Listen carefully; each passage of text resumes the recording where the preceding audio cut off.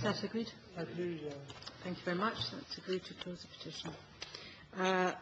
PE 1296, the next petition is by Robert Thompson on behalf of LDN. LDNNow on NHS availability of low dose naltrexone. Can I seek members' views on how we deal with this petition? You know, this is the one that I was referring to. I know that the committee has facilitated a meeting between the campaigners, the petitioners, and the Chief Pharmaceutical Officer and the Deputy Chief Medical Officer, and we have a note of that meeting. And, you know, it does seem to have been a fairly positive meeting.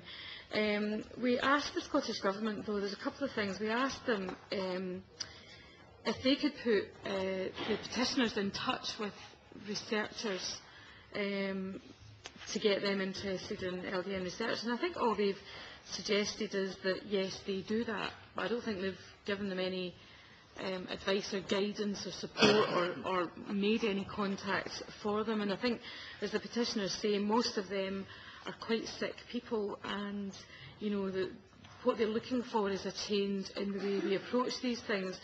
The other thing was, there was this issue about the application for a research project into the use of LDN on bladder dysfunction in MS, and the government pointed out that Dr. Gilhooly had been asked to, after submitting the initial application, to submit a full application, and that no application had been received. But it seems that that was because he needed the support of a neurologist or an academic, thought that it had to be somebody in his own region. That, as a result of that meeting, they've now discovered that he can, and he thinks he has got somebody in Tayside who will support the full application, which is fine. But I think what they're really saying, and quite rightly, in my view, is, I'll just read out little bits of it, that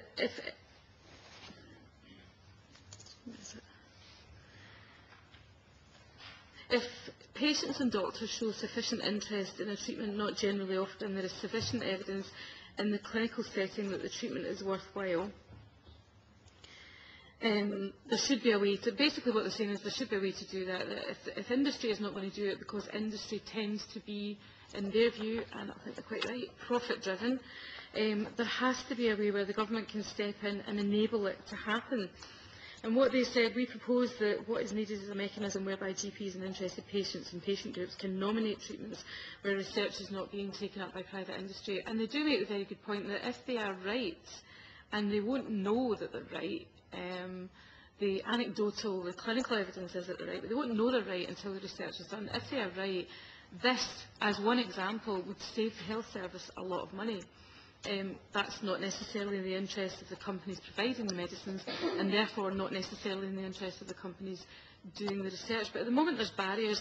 This was the one that I was going to suggest that we invite the Minister, the Cabinet Secretary, in to ask, is there another way of doing this? Is the government willing to facilitate another way of doing this? Because I remember the evidence session, I'm sure we all remember it. It was quite compelling listening to medical professionals and individuals who really have benefited from this treatment that is not available everywhere. It depends on the GP, and that's because the research hasn't been done. And as I say, their argument is the research is not being done because it's not profitable to researchers. So I don't know how we do this, and I know it's not specifically what they're calling for in the petition, but it's something that I think we should be looking at. We're living in difficult times with the financial cuts, and anything that we can do that in the long term would reduce the burden on the NHS, the financial burden, I think we should be looking at doing.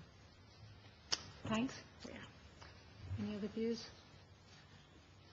I mean, I note here that the Scottish Government's Health Service Research Committee has received an outline application for a research project on the use of LDN. However, no full application has yet been submitted, and the individuals concerned has been contacted by the government to ask where matters stand. So, I mean, in a sense, the door isn't closed in terms of looking at possible government support for a research project on it, but we really need to know, where that is. I mean, the issue of time might be against us. This is the thing, Convener, that I was referring to, that the meeting, they spoke to the doctor involved who sent the outline application in, and assured him that he could use a partner from anywhere in Scotland, and so he thinks he might have one now. But I think the point they're making is about more than just LDN. It's about medical research as a whole, and the motivation for carrying out research, and the barriers that exist. That is a barrier, because he had to get an academic partner. They're saying where there is some clinical evidence, where there are GPs and there are patients and patients groups who believe that there is some evidence, and there must be a way to enable research to be carried out without having to depend on the big pharmaceutical companies who might have no interest in doing it. I'm assuming that's where the Government's Health Services Research Committee comes in. It would be interesting to clarify that point. Can I just clarify the actual terms of the petition? How wide are the terms of the petition? I mean, the petition is specific to LDN, but I hear what Anne McLaughlin says. I mean, I think still looking at, it's talking about making LDN readily available in the NHS, and I think the process that you would look at in terms of research, that there's probably a bit of scope. I don't think that would be taking it, what Anne McLaughlin is suggesting, would be taking it out with the scope of the petition. To start looking at the whole research procedure would likely take you down a different route, but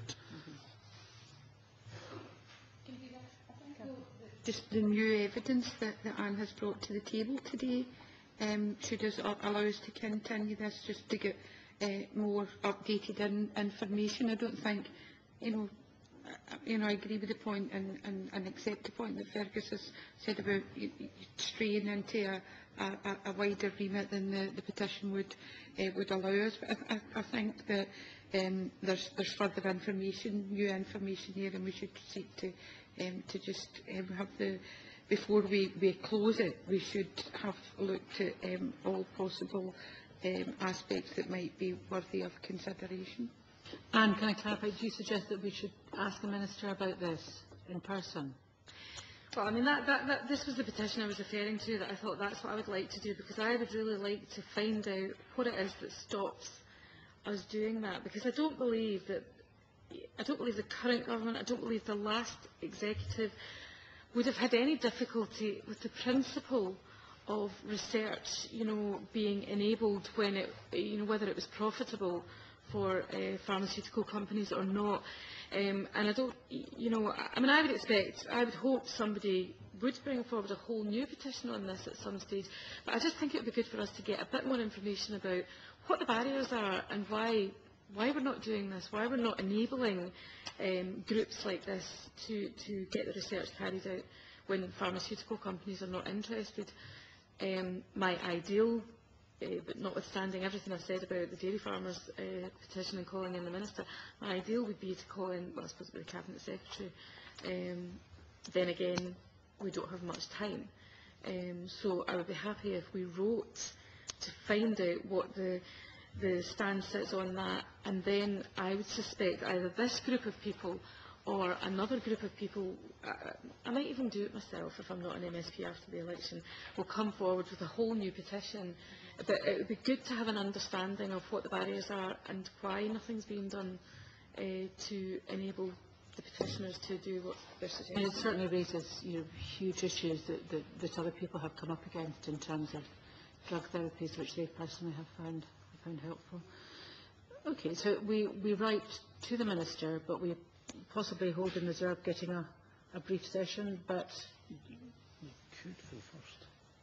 We could maybe ask one of the Ministers along for a session on the 1st as well, if that would be helpful.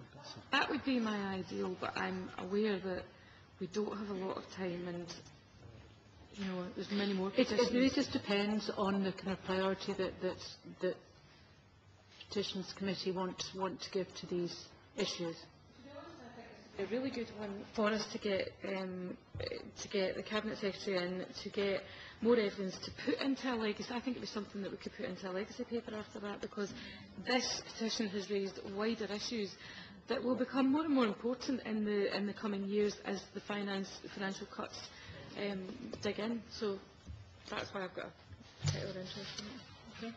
I mean, I think Anna McLaughlin's right. Let's try for, if it's can be fitted in, a brief oral evidence session, and that will inform the successor committee, if nothing more than that. I think that's positive. That's agreed. Okay, thanks very much. Yes. Just to go back to the point I was making earlier about your forward planning, currently you've got 7 petitions down for the 1st of March meeting. As I said, anything which comes out of today's meeting, our intention was to roll that forward to the 1st of March. You've got the oral evidence session with the commissioners in time for all to be heard, possibly with the Cabinet Secretary, and this one. I mean, it's entirely the decision of the committee if they want to have 3 oral evidence sessions. Something you've done in the past is actually allocate time slots where you could say, you know, we will spend as a committee X amount of time on each petition. I wonder if I could maybe just put a suggestion and clarify. Obviously, the availability of ministers just now is being stretched as well. Would it necessarily need to be a minister, or, for example, you've had officials coming in the past. For example, might the Chief Scientific Officer be a useful witness to come and give evidence on an issue like this? You could invite the minister, but as an alternative, if the minister wasn't available, perhaps the Chief Scientific Officer or the Chief Pharmaceutical Officer, or both. Because if you're interested in the process. To me, that's a very sensible suggestion, and it might well be that it is actually a better suggestion in some circumstances, and I wouldn't want to presume to know which would be. So if that seems to be appropriate in conjunction with the convener, I think that's something I'd be very happy with. Who would deal with the research issue? The minister, and then if If not, we can get the professional. Okay. Right, okay, that's agreed. Thank you very much. The next petition is PE 1299 by Geraldine MacDonald on services for myoclonic dystonia sufferers. Can I seek members' views on how we deal with this petition, please? Nigel. Thank you, Vina. It does seem to me that this is one is actually in contrast to the previous one, because I think here we do see some evidence that we've done what the petitioner asked for. The petitioner itself has recognised the implementation of the Neurological Implementation and Improvement Support Plan. Pleased to note the National Advisory Group is in place and welcome the provision of funding. But at the end she asks us to revisit the petition when the final report is due and to ensure that standards are met by the boards. And I think at that point I actually want to say no, because actually that's not our job. There are other people who do that job. We are not here to see through everything that we might start in the NHS. Our job is to nudge it out there and make sure that it is happening, make sure the government has done the right things. And then actually I think to step back and say it is their job to do it, not ours. Otherwise we'll actually never close a petition in our lives. So it seems to me that this is one we could actually close, recognising the petitioner is happy that everything that's in the petition, and which everything which is essentially within our gift, has been done. This is being monitored by NHS Quiz. Okay, thank you very much. That's agreed. So that petition will be closed. PE 1320 is our next petition.